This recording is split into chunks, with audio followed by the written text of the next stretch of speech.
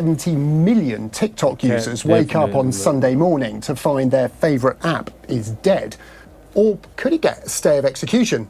It seems Donald Trump doesn't want to be the president whose first act in office is to terminate TikTok. He'd rather be the one who saves it. President Trump first backed the ban based on fears TikTok's Chinese ownership compromised American national security. But now he's changed his mind. With billions of views, billions and billions of views, they brought me a chart, and it was a record, and it was so beautiful to see. And as I looked at it, I said, maybe we got to keep this sucker around a little while. He's indicated he'll extend President Biden's pledge not to prosecute any violation of the ban, provided TikTok is sold to an American owner. But it's not a tune TikTok is dancing to, nor Beijing, which was to prove any deal. They refused to sell. Legal experts think TikTok is unlikely to ignore an act of Congress, and President Trump doesn't have the power to either. Trump is inclined to do anything he manages to have the logistical and practical power to do. But we're kind of skirting a number of constitutional crises if he does that. His job as chief executive is to enforce and uphold the law. And if he's not enforcing and upholding the law, that's a problem. Barring a repeal of the law by Congress or an unlikely climb down by Beijing, it'll be tough to keep TikTok alive in America, even for the deal maker in chief. Tom Clark, Sky News.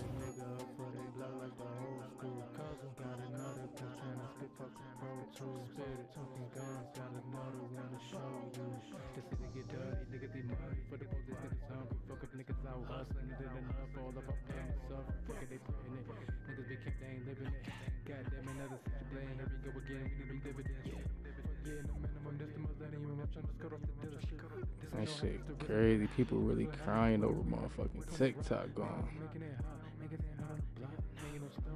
Well,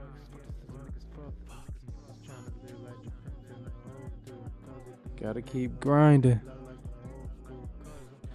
Come to YouTube.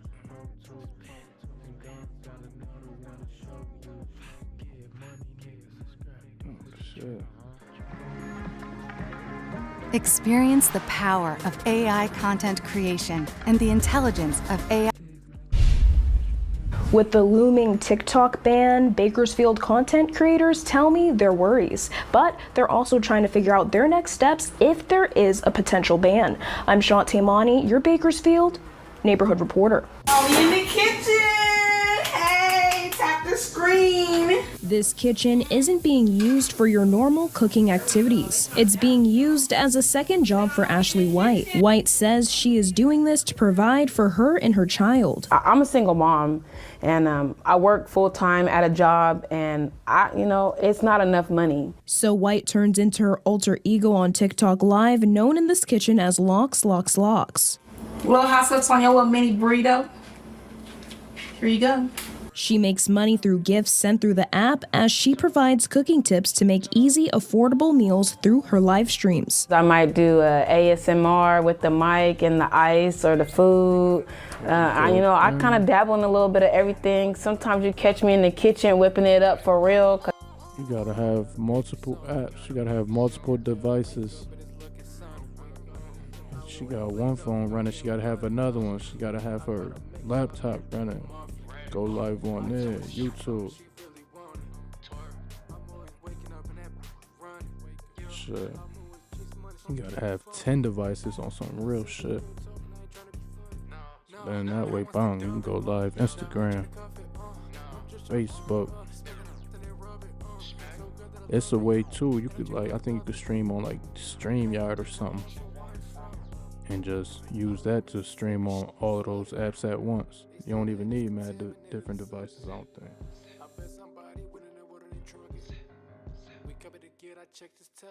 Yeah, multiple streams of income is the way. That's how you gotta be. For real, don't put all your eggs in one basket.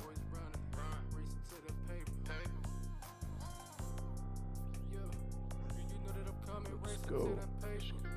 Cause I be cooking y'all on site. You know what it is, man. My name Matt Gooder. Her brother William White is also a content creator and manager with his company All Paper Talk Agency. Expanding their visibility on the internet and increasing opportunities like brand deals, like we spoke about earlier, new management opportunities, TV, like you name it. The internet is where it's at. He says he manages her and about 1,200 other content creators from various cities.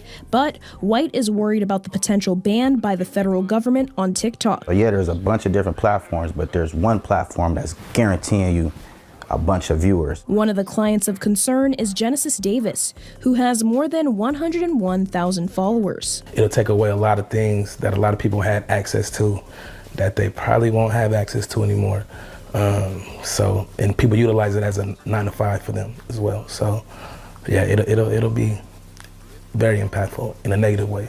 Not only can users make money from gifts, but also by going live and creating videos depending on the amount of followers they have. I'll tap that screen up. Let's get to 10,000 taps. Tammy, what up? CSUB's economic professor Dr. Aaron Hedgay tells me the followers made from TikTok would have to be rebuilt on other platforms if the ban goes through. So there's always that threat. And that, of course, then has an impact on the economy. As I was saying before, the influencers lose some income. The small businesses lose some income, and then those who work directly for TikTok, they also lose some income.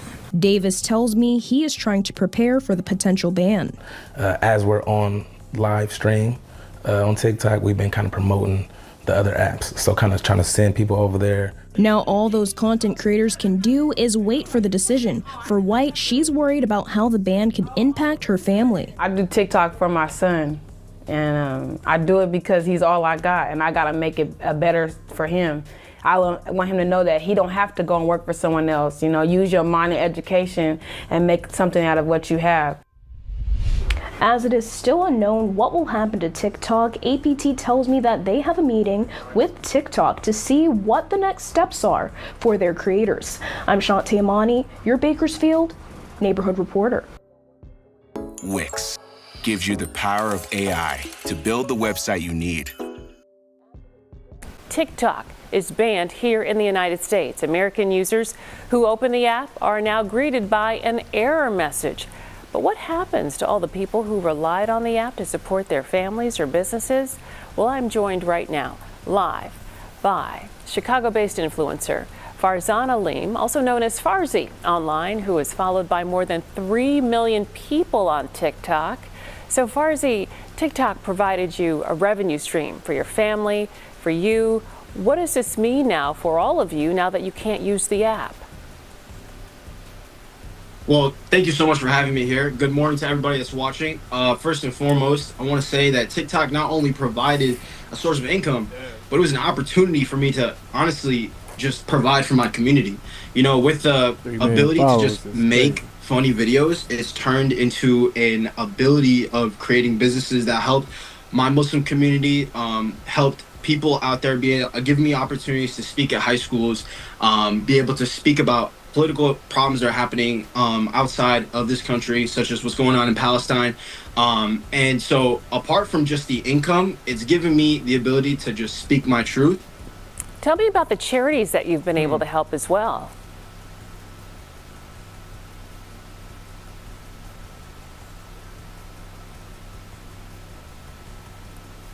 Farzi, I'm not sure if you heard me. I think we're having a little bit of a delay there, but tell me about the charities. You've been able to raise $100,000 in some cases for charities. Tell us about that. Yeah, so I worked with several charity groups to help with giving orphans an ability to get a house in several Middle Eastern countries. I worked with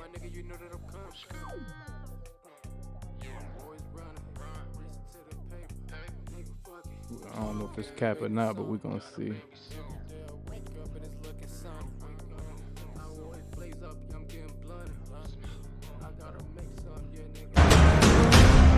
Breaking news now at 10. TikTok officially goes dark. The app was set to be banned in the U.S. tomorrow, but users have already been kicked off. This is the message they're seeing. Sorry, TikTok isn't available right now. A law banning TikTok has been enacted in the U.S. Unfortunately, that means you can't use TikTok for now. The message adds it hopes President Trump is working on a solution and to stay tuned. This story is still developing, but we will have live analysis on what's happening now and if the app can be saved. That's later on in the newscast.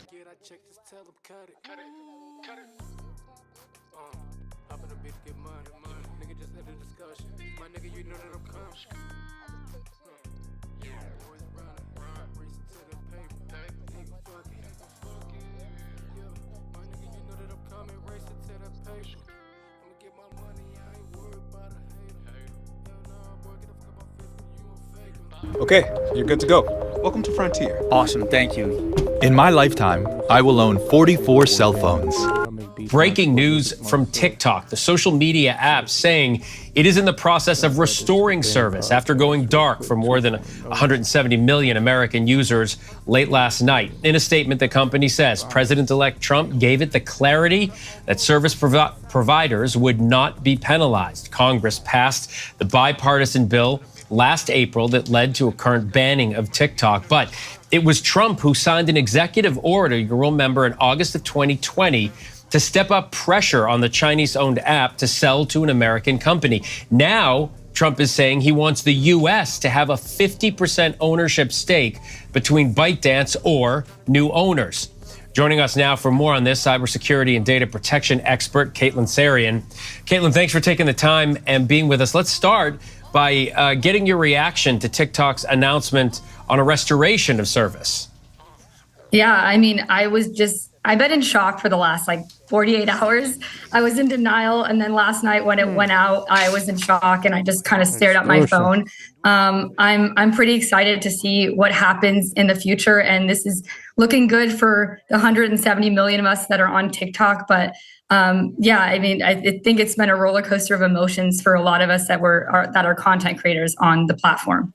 So online, you are known as Cybersecurity Girl. You create content specifically educating your viewers on topics like data protection and privacy, things of that nature. Congress and the Supreme Court say this is a national security risk, not necessarily just TikTok, but apps owned by foreign adversaries or companies that are from a foreign adversary. Do you believe Americans' information is really at risk here? Well, as a cybersecurity professional, you know that everything is a risk, right? You always have to take a risk-based approach. So every service, every website, every app that you use and download, every time you're giving your information to someone, no matter who it is, you have to take a risk-based approach. And for me personally, when I heard back when TikTok was going to partner with Oracle and try to move their services over to the US, I think this was 3.5, almost 4 years ago now, I started feeling more comfortable going on the platform. So before I actually didn't go on the platform, I took that risk-based approach. I said, I don't feel comfortable giving my data to China at that moment in time. When I heard that TikTok was starting to partner with Oracle, I decided, hey, my risk-based approach it's okay because I feel like my purpose is bigger and I'm going to be able to reach a larger audience. And that was my risk-based approach. But every single individual has to take that approach, no matter if it's TikTok, whatever app you're using, and just knowing who you're sharing your information with, there's always a risk, especially when it comes to China or other. And now everybody done ran the red note, gave up all their information, and now TikTok is coming back. I deleted my TikTok once I seen the shit don't work no more. Foreign adversaries as well. Yeah, I think most Americans, I get personal texts to my personal phone from politicians asking me, all sorts of things. Everybody gets my information. So I think a lot of Americans are like, wait a minute, everybody has our information, but this is different. This is about foreign adversaries and what they could possibly do. You worked at TikTok, right? Red Note is a Chinese app, another one. I think it even got a Chinese icon, the thumbnail. I wanna know if you think, could you ever imagine a day when we'd be at this point? No, and again, TikTok was always about inspiring creativity and bringing joy. So I actually started my TikTok and then ironically, I got my job at TikTok from my TikTok. So I grew really well on TikTok for about a year. And then I applied to a job at TikTok because I was so passionate about their mission. And it completely changed my life. And I know it's completely changed so many of my friends around me life. It impacts so many small businesses. It's unbelievable. And it is a little bit ironic that I truly feel like the TikTok app is the American dream, right? It's allowing people to reach worldwide. It's allowing small businesses to expand outside of their small hometowns. It's really bringing in tons of money for American citizens. And so I had such a passion and purpose. I really, really wanted to work there. And seeing all the behind the scenes, I want to preface that I did not work for, there's two separate TikToks, right? There's a TikTok US. After Trump had stated that he wanted to bring it more to the US or sell to the US. So they started splitting off. There's a TikTok US specifically, and then there's a TikTok Global. And I actually worked at TikTok Global. So I didn't see or touch any of the US data. We were solely focused on everything outside of the US. So all the other countries that use TikTok. But the team that I know that worked at TikTok US, like dedicated individuals, ex-FBI, ex-CIA agents. And then they are, again, partnering with Oracle. So I really felt comfortable with them. But again, it's a risk-based decision. Obviously, I don't know what the Supreme Court saw. I think there's a lot of stuff that's going on behind the scenes that I didn't have any privy of seeing. And a lot of the American citizens don't, which is why most of us are very confused and hurt and upset and shocked. But I truly believe that our government is doing this to protect the United States as a whole, even if we might not see it that way. So again, it's hard for me because I see both sides, right? I absolutely love the platform. I've seen how much it impacts people, but I also see the negative side effects of apps and just cybersecurity as a whole. So it's very hard for me to judge. All I know is personally, I don't regret my decision of going on TikTok. It's completely changed my life, and I know it's changed so many other people's lives as well. Caitlin Sarian, thanks so much for taking the time to talk to us about it. I do appreciate it. Yep, no problem. Thanks for having me. I just wanna have fun, clap my hands, turn around now and dance, dance, dance. I just wanna clap, clap, and turn around, dance, dance, dance. I just wanna turn around, dance, dance, dance. I just wanna I wanna turn around, dance.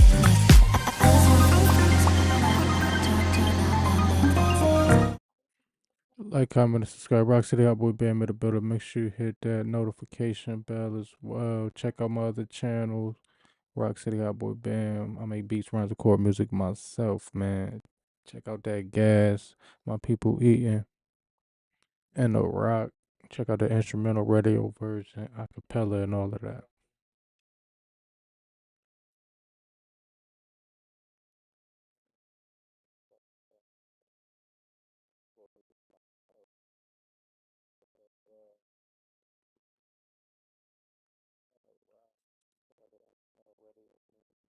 Give me reason. The beat don't last my fucking breathing.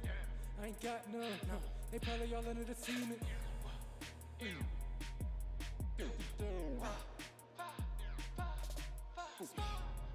No.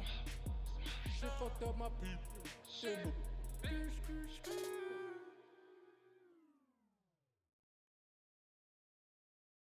At Amica Insurance, we know it's more than just a car or a house.